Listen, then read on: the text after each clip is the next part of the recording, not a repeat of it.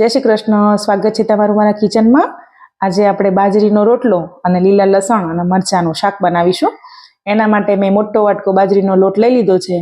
Test પ્રમાણે મીઠું add કરી દઈશું અને થોડું થોડું પાણી લઈને આપણે લોટ બાંધીશું। કહેવત છે કે 7 પાણીનો રોટલો, તો આપણે થોડું થોડું પાણી લઈને આનો લોટ બાંધીશું। આપણે શિયાળો આવે અને આપણે બાજરીનો રોટલો અને લીલું લસણ ને મરચાં ન ખાઈએ તો શિયાળો કહેવાય જ નહીં। દરેકના ઘરે આ વસ્તુ તો બનતી જ હોય શિયાળામાં। લીલું લસણ મરચાં વઘારેલું અને બાજરીનો રોટલો ખાવાની મજા જ પડી જાય। તો આજે પણ આપણે બનાવીએ છીએ તો તમારી સાથે શેર કર્યું છે। તો આપણે થોડું થોડું પાણી લઈને આવી રીતે લોટ બાંધવાનો। જો તમને રોટલો નાની સાઈઝ મોટી સાઈઝનો ના ફાવતો હોય તો તમારે થોડોક લોટ લઈને મીડિયમ સાઈઝનો બનાવવાનો। તો મને ફાવે છે એટલે મેં વધારે જ લોટ લીધો છે। અહીંયા એક જ રોટલામાં 2 જણ ખાઈ લે। તો આપણા હથેળી વડે, હાથેળીનો ભાગ હોય છે એના વડે આપણે જો આવી રીતે આપણે લોટને બાંધવાનો। આપણે જેટલો બાજરીના લોટને આપણે ચોળીએ ને એટલો રોટલો ટેસ્ટી થાય અને સરસ બને અને ફૂલે પણ। તો મેં અહીંયા થોડોક લોટ સાઈડમાં મૂકી દીધો છે। બીજો લોટ બનાવીશું એમાં એડ કરી દઈશું। તો આવી રીતે મોટો ગોળો વાળી લેવાનો અને પછી આપણે બનાવવાનું સ્ટાર્ટ કરીશું। બંને આપણી હથેળીઓ છે એના વડે આપણે લોટને આવી રીતે રોટલાને ટીપવાનો હોય છે। તમે જોઈ શકો છો વિડીયોમાં।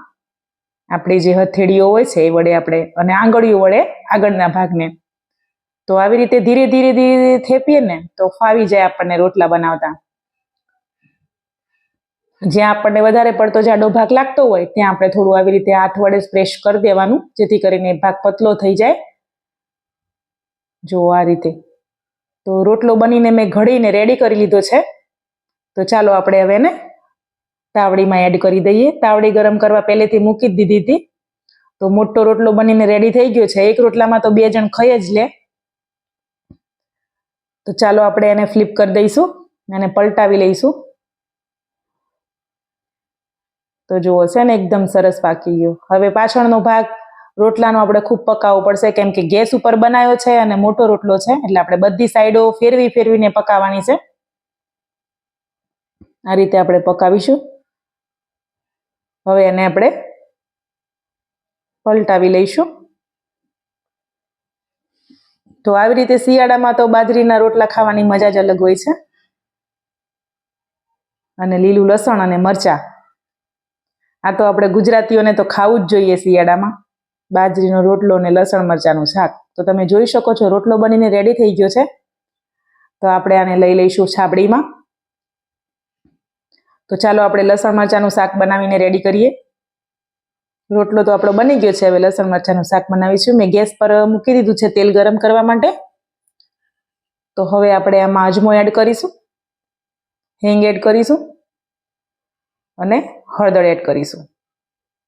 હવે આપણે લીલું લસણ અને મરચાં કાપ્યા હતા એ પણ આપણે એડ કરી દીધું છે અને થોડું ટેસ્ટ પ્રમાણે આપણે મીઠું એડ કર્યું છે। તો લસણ મરચાં આપણા રેડી થઈ ગયા છે અને રોટલો પણ રેડી થઈ ગયો છે આપણો।